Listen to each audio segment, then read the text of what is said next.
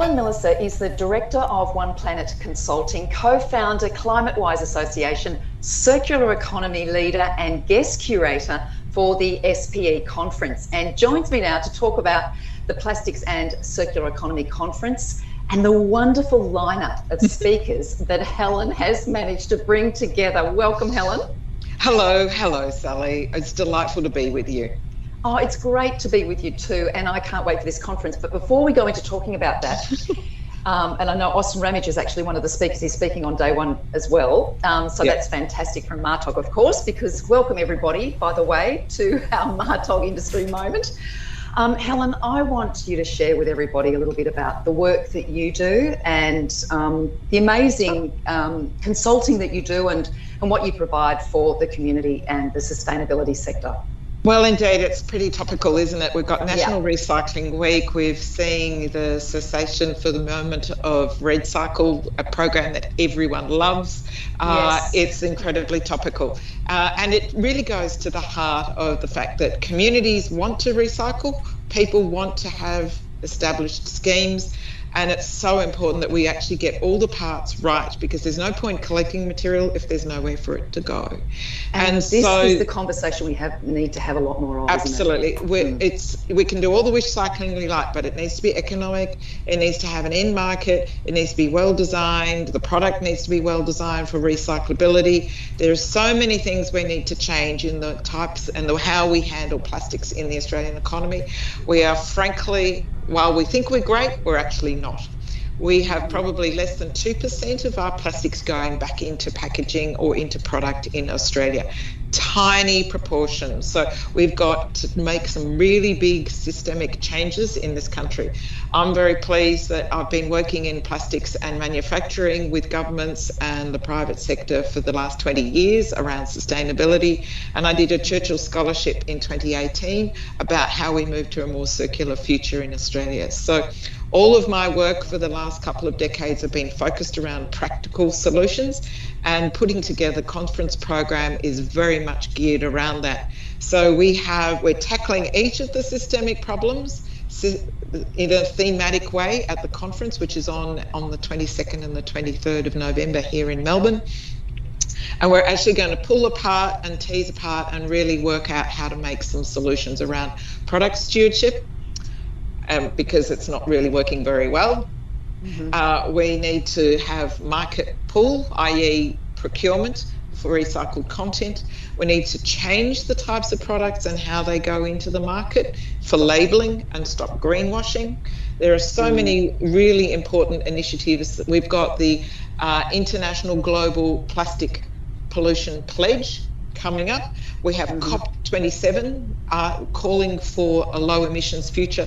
We have to bring about these substantial changes. So 2020 is this decade up to 2030 is the critical decade for us to kick some really big goals through the park. So I'm really excited about the program and some of the speakers we've got on coming from Europe, Australia, New Zealand, because in it together we will actually bring about the solutions that we need, Sally.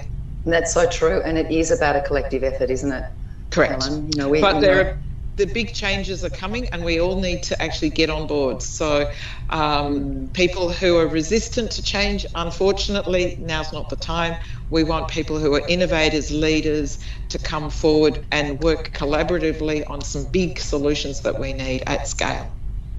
And, it's not about, there's no room for complacency here, is there? We just have to jump in, and, and for a lot it comes at a cost, but perhaps, we are the generation that has to pay for, the damage that we've done for so many years. So long years. Correct. That's right. So, we haven't been pricing in externalities.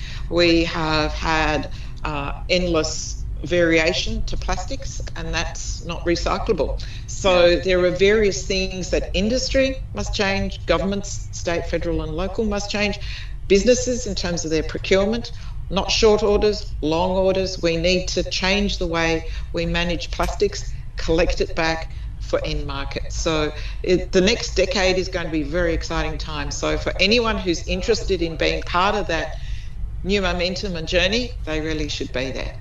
The conference. Now we might put that link in below, because I think it'd be great for people to jump on, because I know registrations are still open, are they not? Correct. for the 2 days. And there's also an online event on day 3, isn't there, on the Thursday night?